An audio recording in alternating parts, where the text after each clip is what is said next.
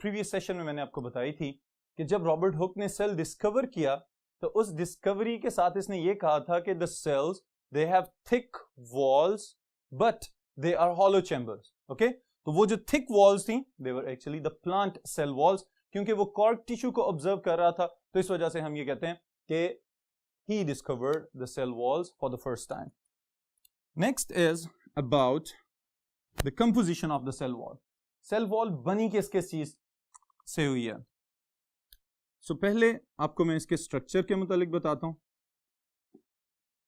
Structure of cell wall. The structure of cell wall में सबसे पहला पॉइंट जो आप याद रखेंगे, in plant cells, the cell wall is made up of 3 different layers. Okay? The first layer is primary wall, which is also known as the true cell wall. इसको हम क्यों true cell wall कहते हैं? ये भी मैं आपको explain करता हूं. Next is secondary cell wall. And the third one is middle lamella. Lamella layer. Okay? So, 3 layers पे मुश्तमिल है plants की cell wall. अब इन तीनों layers को अगर यहाँ पे आप focus करें तो इनके sequence of organization में आपको बताने लगा हूं. Okay? अब देखें, ये जो plant cell आपको नजर आ रहा है यहाँ पे, इस cell के अंदर जो outermost boundary है that is cell wall. But cell wall is further differentiated into 3 regions. Okay? Very next to the plasma membrane is secondary wall. Okay? Secondary wall के बाहर मौजूद है primary wall, और primary wall के बाहर जो 2 cells को जोड़ने वाली एक तीसरी layer है that is middle lamella. That's why it is also known as cementing layer, कि ये 2 साथ वाले cells को आपस में adjacent cells को जोड़ने के काम आती हैं. Alright, अब यहाँ पे एक सवाल आपके माइंड में आना चाहिए कि why secondary wall is on the inner side of the primary wall, जबकि हमने तो यहाँ पे कहा है कि primary wall जो है वो true cell wall है, तो उसको प्लाज्मा मेम्ब्रेन के फौरन बाद आना चाहिए था according to its organization. लेकिन ऐसा नहीं है. क्यों नहीं है? Because पहले मैं आपको इस सवाल का जवाब देता हूं कि why primary wall is the true cell wall. Primary wall is known as true cell wall because this layer is present or formed in every daughter cell of the plant. Okay? जब भी plant में कोई नया cell division mitosis के through produce किया जाता है, तो जो सबसे बाहर वाली लेयर उसके ऊपर पैदाइशी तौर पे बनाई जाती है, that is known as the primary cell wall, which is actually made up of cellulose. Okay? फिर जो secondary wall है, why it is present on the inner side of the primary wall and closer to the plasma membrane. तो इसका जवाब ये है कि it is produced by secretions of the cell during its growth and maturity. जब कोई भी cell बड़ा हो रहा होता है तो बहुत सारी चीजें साइटोप्लाज्म में से, प्रोटोप्लाज्म में से बाहर निकाली जा रही होती हैं, तो ये जो चीजें बाहर निकल रही हैं वो एक्यूमुलेट होते होते होते उसको बाहर वाली सेल वॉल को और ज्यादा थिक कर देती हैं और मजबूत बना देती हैं, तो ये सेकेंडरी वॉल की लेयर कहलाती है बाद में. Middle lamella cementing layer. कोई भी जो प्लांट टिश्यू है, स्पेशली जो वुड है, आपको नजर आती है इतनी ज्यादा स्ट्रांग होती है लकड़ी, तो उसकी स्ट्रेंथ के पीछे एक फैक्टर मिडल लेमेला भी है कि मिडल लेमेला जो एडजेसेंट सेल्स हैं, साथ वाले सेल्स हैं, उनकी सेल वॉल्स को आपस में जोड़ के रखती है. इवन के जब कोई भी प्लांट जो है वो डेड हो जाए, उसके बावजूद उन सेल्स को ऐसा नहीं होता कि कोई प्लांट सेल जो प्लांट का टिश्यू है वो डेड हुआ है तो सारे सेल्स डिस्पर्स होना शुरू हो जाएं, बल्कि क्या होता है कि वो इंटैक्ट रहते हैं, आपस में जुड़े रहते हैं. And that quality of the strength of the wood is due to the middle lamella, क्योंकि ये एडजेसेंट सेल वॉल्स को जोड़ के रख रही है साथ. It is one of the factors. Okay, next is the chemical composition of the cell wall layers.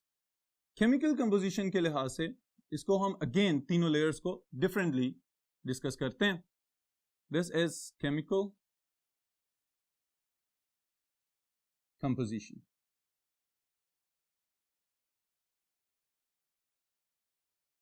Now, according to the chemical composition, again, I'm going to divide the cell wall into 3 layers. तीनों layers में इसको मैं फिर से तकसीम कर देता हूँ. The first one is middle lamella. अब बाहर से अंदर की तरफ जा रहे हैं. The second one is primary wall. And the third one is, क्या नाम होगा? Secondary wall.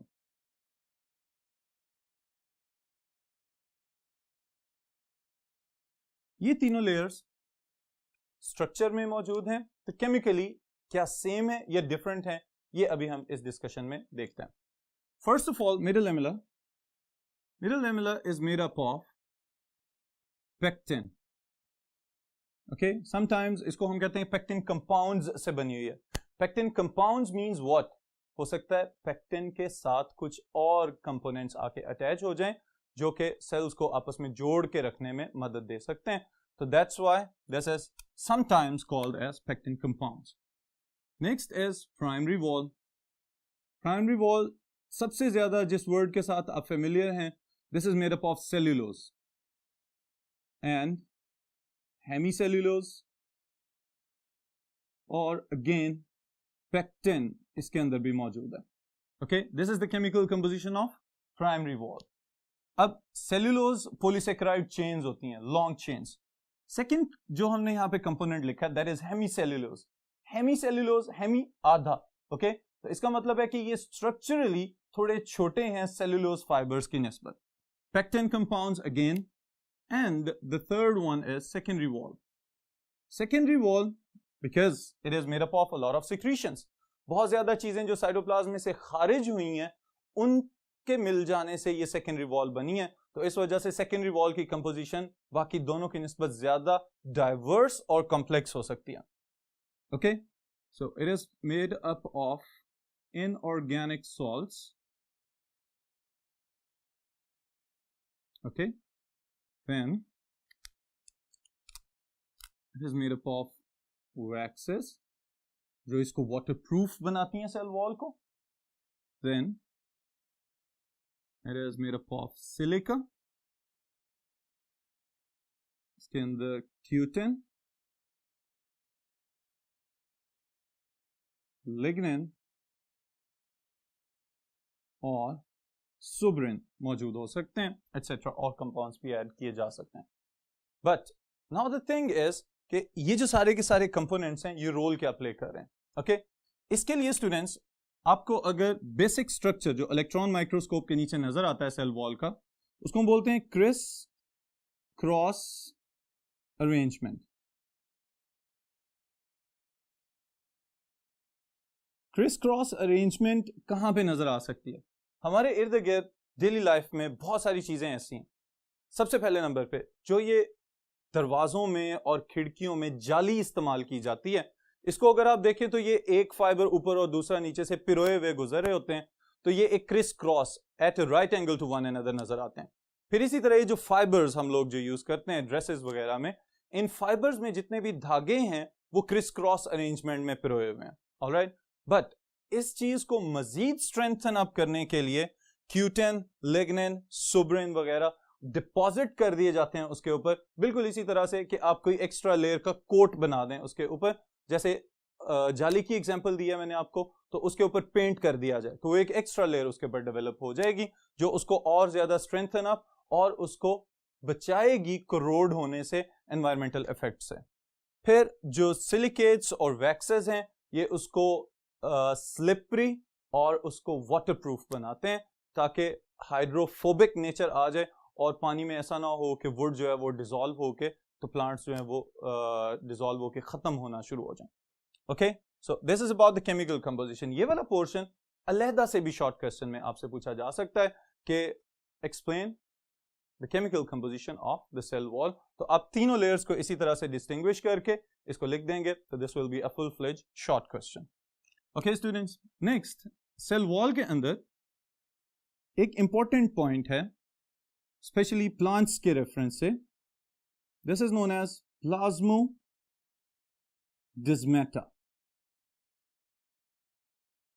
Okay, what is plasmodesmata? Plasmodesmata are the cytoplasmic connections between adjacent cells.